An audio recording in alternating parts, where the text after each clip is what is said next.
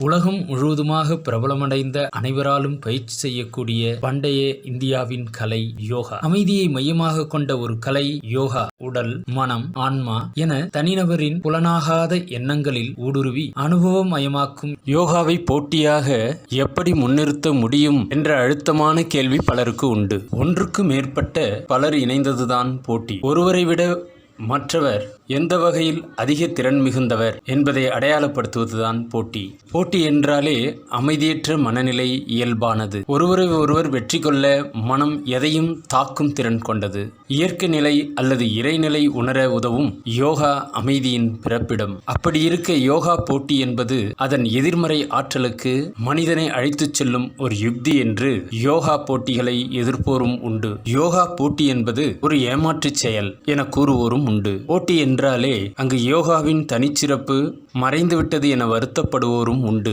இங்கு நாம் பொதுவான அடிப்படை பண்புகளை ஆராய்வோம். பண்டைய இந்தியாவில் மன்னர்கள் யோகிகளுக்கு மிகவும் மதிப்பளித்தனர். இதற்கு காரணம் அவர்கள் மிக பெரும் தவசீலர்கள் என்பதால் மட்டுமல்ல. மன்னர்களை விட போர் தந்திரத்தையும் ராஜதந்திரத்தையும் ஒரு அரசையே புதிதாக உருவாக்கும் ஆற்றல் மிக்கவர்களும் ஆக அரசனை விட பல மடங்கு பல கலைகளில் வல்லவர்கள் யோகிகள் என்று அரசனுக்கும் தெரியும். அதனால் அரசு கிரீடம் யோகியின் பாதங்களில் பணிந்தது. அரசர்கள் ஒவ்வொருவரும் அடுத்த தலைமுறையை திறமையாக உருவாக்க யோகிகளிடம்தான் தன் குழந்தைகளை அனுப்புவார்கள்.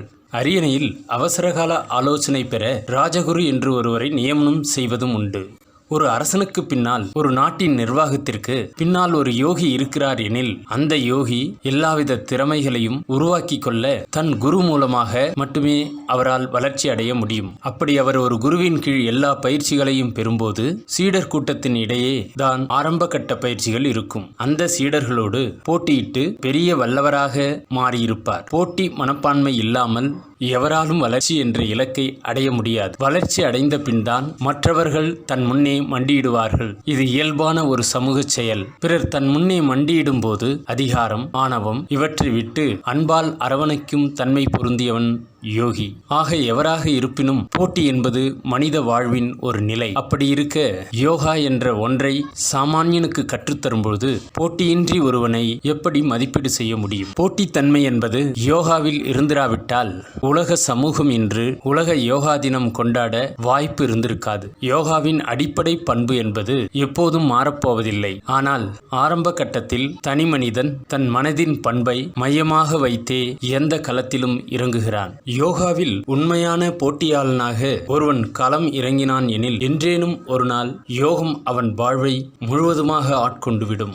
ஆனால் அமைதியை தேடி யோகம் பயில்பவர்கள் அனைவருடைய மனமும் அமைதியாக வாழ்வதும் இல்லை, யோகத்தில் முழுமையாக சித்திப்பதும் இல்லை. போட்டி என்பது ஏதோ ஒரு காரணம், ஒரு இலக்கு, அவ்வளவுதான். அதனால் உண்டாகும் ஆளுமைத்தன்மை மனிதனை உயர்வடைய செய்கிறது. 19ஆம் நூற்றாண்டுக்கு பிறகே ஐரோப்பிய அமெரிக்க நாடுகள் அனைத்திற்கும் இந்தியா யோகாவை முழுமையாக தர முடிந்தது. அதற்கு முன் யோகா பல ஆயிரம் ஆண்டுகளாக அயல் நாடுகளுக்கு கொண்டு சென்றாலும் அது ஒரு தொழில்முறை செயலாக இல்லை என்ற காரணத்தால் தோல்வி அடைந்தது.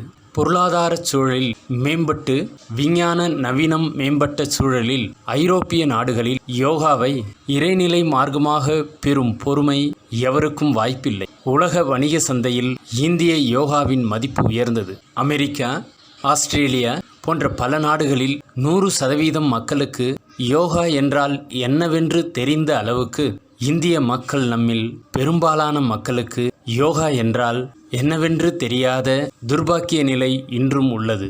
காரணம், வாய் வழியாக மட்டுமே பேசிக்கொண்டிருந்த வெற்று வேதாந்தம் தான் காரணம். ஆனாலும் இந்திய யோகா போட்டி சம்மேளனம், மாநில யோகா போட்டி சம்மேளனங்கள், யோகா சங்கங்கள் இவை யாவும் விளையாட்டுத்துறை, கல்வித்துறை மூலமாக ஊடுருவி தன் பங்களிப்பை கொடுத்ததால் மட்டுமே இந்தியர்களாகிய நாம் யோகாவை பற்றி இன்று பேசுகிறோம். காலம் காலமாக யோகத்தை பற்றி பொதுமக்களிடம் விளக்கம் அளித்தும் மக்கள் அதை ஆன்மீகத்தின் மறுபக்கம் என்றே நினைத்து ஒதுக்கினார்கள். கல்வி ரீதியாக, விளையாட்டு ரீதியாக சிறுவர்களிடம் யோகா கொண்டு செல்லும் போதுதான் அவர்கள் அதை வாழ்வின் ஒரு அங்கமாக ஏற்று அடுத்த தலைமுறைக்கு அவர்களே அதை கொண்டு செல்லும் பணியை மேற்கொண்டார்கள். அதன் விளைவாகவே சில தலைமுறைகளாக வழியாக உலக மனித சமூகத்தில் யோகா விஸ்வரூபம் எடுத்து தனிச்சிறப்பை பெற்றது. கல்வி, விளையாட்டு என்று வரும்போது போட்டி தவிர்க்க முடியாத அம்சம். போட்டி இல்லாமல் விளையாட்டு முழுமையும் பெறாது. மேலும் அமெரிக்கா போன்ற வளர்ச்சி அடைந்த நாடுகளில்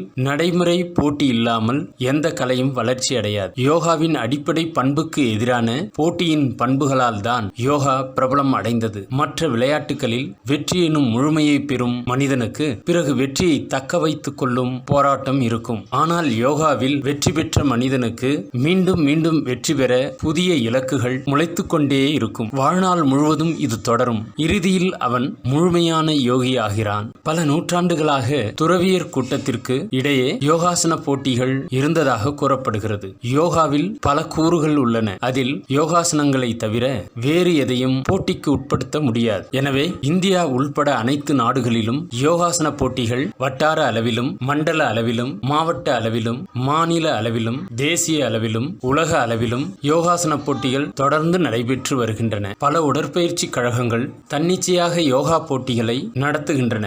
அரசும் தொடர்ந்து யோகாசன போட்டிகளை யோகாசன சங்கங்கள் உதவியுடன் நடத்துகின்றன. சில கல்வி அமைப்புகள், யோகா பயிற்சி மையங்கள் யோகாசன போட்டிகளை நடத்துகின்றன. அரசின் மாநில யோகா சம்மேளனங்களும் தேசிய யோகா சம்மேளனங்களும் இதற்காக நெறிமுறைகளை உருவாக்கி விளையாட்டுத்துறை மூலமாக வழிநடத்துகின்றன.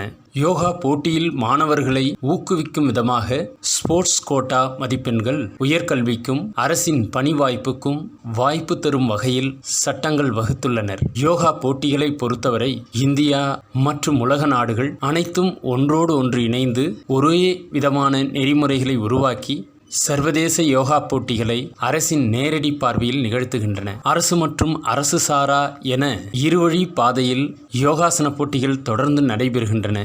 வட்டார அளவில் சிறு சிறு குழுக்கள் என சிறிய அளவில் போட்டிகளை நடத்துகின்றனர். தமிழ்நாட்டில் மாநில அரசின் விளையாட்டுத்துறை தேர்ந்தெடுக்கப்பட்ட யோகாசன சங்கத்தின் மூலமாக யோகாசன போட்டிகள் மாநில அளவிலும் மாவட்ட அளவிலும் மாணவர்களை தேர்வு செய்கின்றனர். மாநில அளவில் வெற்றி பெற்றோர் தேசிய அளவில் பங்கேற்கின்றனர். அரசின் மாநில கல்வித்துறை மூலமாகவும் அரசு பள்ளி மாணவர்களுக்கும் இதே முறையில் பங்கேற்க உடற்கல்வி ஆசிரியர் கூட்டமைப்பு மூலமாக செயல்படுத்துகின்றனர். தேசிய அளவிலும் வெற்றி பெற்றோர் சர்வதேச அளவிலும் பங்கேற்கின்றனர். ஒலிம்பிக் அமைப்பிலும் காட்சி யோகா முறையில் உருவாக்கப்பட்டு உள்ளதாக கூறப்படுகிறது. தமிழ்நாடு மட்டுமின்றி அனைத்து மாநிலங்களும் இதே முறையில் தேசிய விளையாட்டு ஆணையம் கீழ் செயல்படுகின்றன.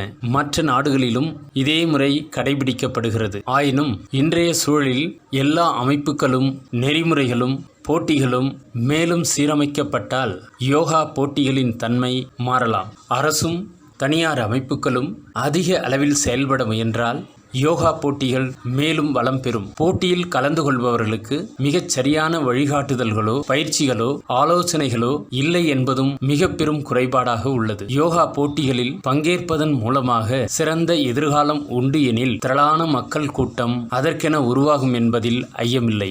விளையாட்டுத்துறையின் கீழ் யோகா இல்லாமல் யோகாசன துறை என தனியாக ஒன்று இருக்குமானால் யோகா பயிற்சிகளும் போட்டிகளும் அனைவரையும் சென்றடையும். பள்ளி கல்லூரி மாணவர்கள் பயிற்சி பெற வழிகாட்ட வளர்ச்சி அடைய உடற்கல்வி ஆசிரியர்கள் கீழ் இல்லாது தனிப்பட்ட யோகா ஆசிரியர்கள் மூலமாக யோகா பயிற்சி வடிவமைக்கப்பட வேண்டும், வழிகாட்டப்பட வேண்டும். அப்போதுதான் சிறப்பான யோகா வளர்ச்சி இருக்கும் என யோகா நிபுணர்கள் தங்கள் ஆலோசனைகளை முன்மொழிகிறார்கள்.